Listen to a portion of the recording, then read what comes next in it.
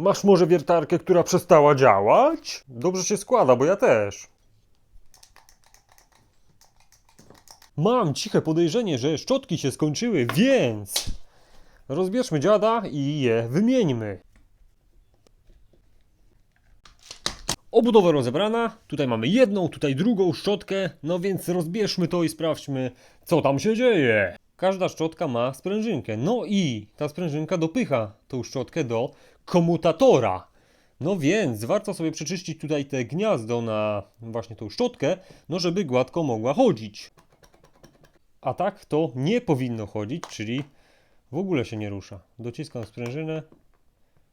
O, cofa się. No, czyli no nie działa tak jak powinno. Składamy i sprawdzamy, czy działa. Nadeszła wiekopomna chwila, sprawdzamy, czy działa.